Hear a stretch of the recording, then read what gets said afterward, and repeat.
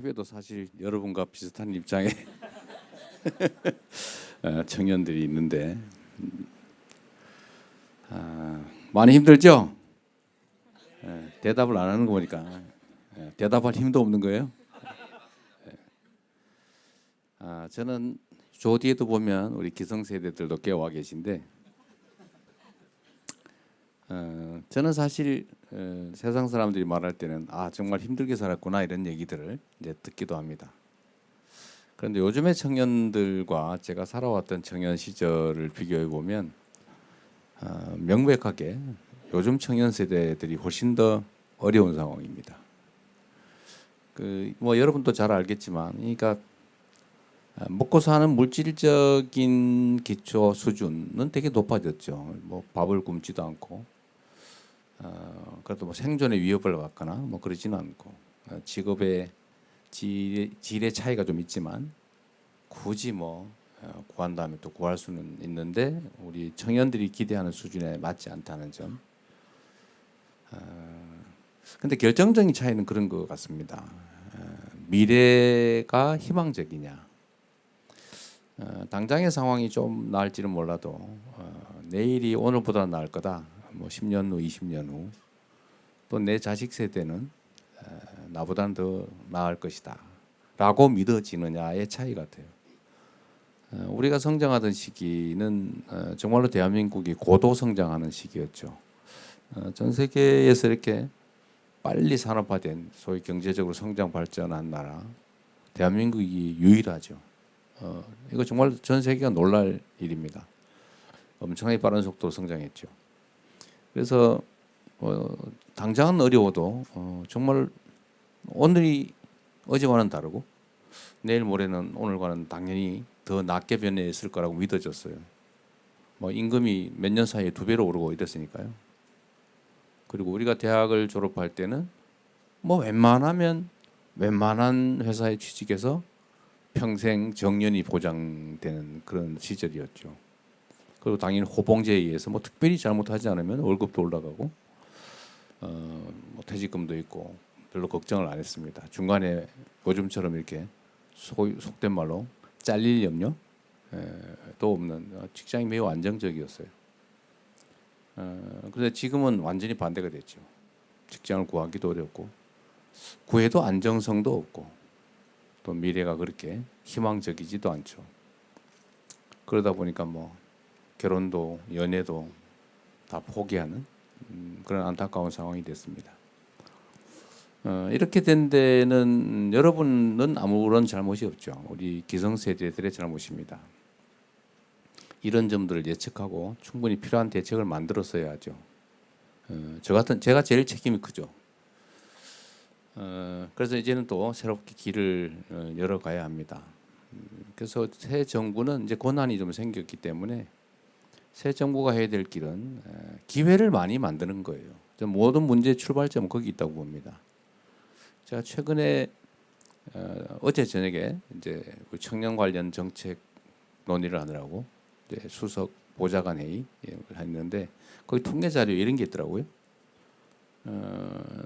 20대 여성의 70.3%는 여성이 차별받고 있다 이렇게 생각하고 20대 남성의 70.4%는 남성이 차별받고 있다 이렇게 생각하고 있어요. 그게 아마 일면은 또 타당할 겁니다. 그래서 제가 그 얘기를 우리 여기 계신 분도 계신데 한번 의견을 물어봤어요. 왜 이러냐 이랬더니 한 분이 그런 얘기를 했어요. 예를 든다면 취업을 하기까지는 여성이 좀 유리한 것 같다. 남성이 차별받는 것 같다. 예를 들면 군대도 가야 되는데 가산점도 안 주고 뭐 등등. 그런데 취직을 하고 난 다음 그 단계부터는 남자가 더 우대되는 여성이 차별받는 것 같다. 예를 들면 뭐 간부도 별로 없고 상사도 별로 없고 다 남성 중심으로 조직이 돼 있고 시설도 남성 중심이고 어쨌든 유리천정 같은 게 실제로 있는 것 같아서 취직한 다음부터는 여성이 차별받고 취직하기 전에는 남성이 차별받는 것 같다. 일면도 타당하죠. 그런데 이거는 사실은 어느 세상이나 있었던 일이기도 해요. 다 상대적이잖아요. 저는 청년 세대 전체가 일종의 피해 계층이라고 생각합니다. 그런데 청년들이 원래는 그렇게 되면 청년들이 대동단결이 되잖아요. 그죠? 기성세대에 비해서 청년 세대들이 사실 매우 구조적으로 어려워진 거죠. 기회 총량이 부족해서 과거에는 경쟁을 사실 행복하게 했죠. 야, 우리 서로 누가 1등 하나 한번 해보자. 너 1등 하면 그래 축하해. 이렇게 했는데 요즘은 경쟁이 전쟁이 돼가지고 반드시 친구는 죽여야 된다. 와 비슷한 상황이 됐죠. 원하면 내가 죽으니까 이렇게 됐죠. 이유는 단순하죠. 기회 총량이 부족해서 그렇습니다. 경쟁이 너무 극렬화된 거예요. 여러분 잘못은 아니죠.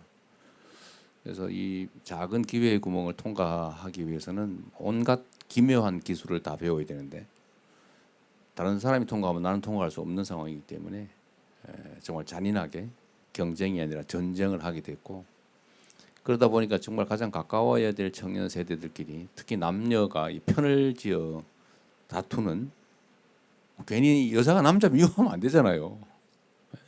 여자가 여자를 미워하는 거 이해하는데 그럴 수 있잖아요, 그죠? 여자가 남자가 여자를 미워한다? 이게 상상하기 어려운, 그러나 참으로 안타까운 일이 현재 벌어지고 있죠. 지역적 갈등도 심하고 세대 간 갈등도 심하고 남녀 간 갈등도 심하고 여하튼 갈등이 심해요. 이 모든 문제의 원천은 기회의 부족이고, 기회의 부족은 저성장으로부터 오는 것이고, 이 저성장은 사실 매우 구조화된 측면이 있고 이제 악순환이 되기 시작한 거죠. 인구가 줄어드니까 성장 잠재력이 떨어지고, 성장 잠재력이 떨어지니까 현실 성장률이 떨어지고, 성장률이 떨어지니까 기회 총량이 줄어들고, 그러니까 더 좌절해서 결혼 안 하고 아이 낳지 않고 계속 악순환이 되고 있습니다. 이 악순환을 이제 전환을 해야죠. 기회를 만드는. 그래서 새 정부가 또 저를 포함해서 전부 다 성장 노래를 부르는 이유가 사실 여기에 있습니다. 그러니까 여러분께도 함께 더 많은 기회가 있는 그런 새로운 세상을 향해 같이 가도록 하자. 그리고 저는 이게 가능하다고 믿어요. 대한민국 국민들 위대한 국민들이죠. 정말 이 지도를 보면 이 거대한 이 대륙이 귀퉁이에 완하게 붙어 있는데, 이렇게 독립 자주국가로서 수천 년을 이어오고, 지금도 남들이 보면은 막 정말 위험한 상황, 나라가 망할 듯한 또는 나라가 망한 상황, 이런 상황에서도 정말 그 안에 사는 우리 국민들의 백성들의 힘으로 그걸 극복해 오지 않습니까? 극복할 뿐만 아니라 세계에 지금은 자랑할 만한 나라가 돼 가고 있죠. K-팝 이런 거, 예를 들면 K-푸드, K-컬처.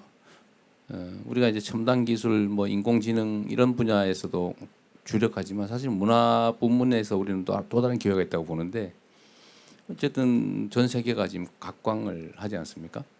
그래서 그런 데에서도 기회를 좀 만들고, 그래서 새롭게 리셋하고 또 우리가 새로운 각오로 서로 존중하고 이해하고 힘 합쳐서 통합해서 함께 나가면 새로운 길을 열어갈 수 있을 것 같아요. 여하튼 미안하다는 생각이 많이 듭니다. 오늘도 옆에 계신 여러분 미안하게 생각하고요. 그러나 또 미안하다고 그냥 좌절하고 있을 수는 없는 거고, 또 다투고 세월 보낼 수는 없는 일이어서 오늘은 여러분 의견을 좀 많이 들어보겠습니다. 그리고 그 속에 답이 있겠죠, 그죠? 네. 자, 이런 기회 자주 가지면 좋겠습니다. 그리고 마지막으로 정말 대화를 좀 많이 하면 좋겠어요. 점점 전에는 이렇게 실금을 그었는데 요즘은 실선을 그을 뿐만 아니라 아예 벽을 쌓아서 접촉이 잘 안 됩니다. 어제 마이클 샌델 그 분이 똑같은 얘기를 하더라고요. 요즘은 너무 벽이 높다.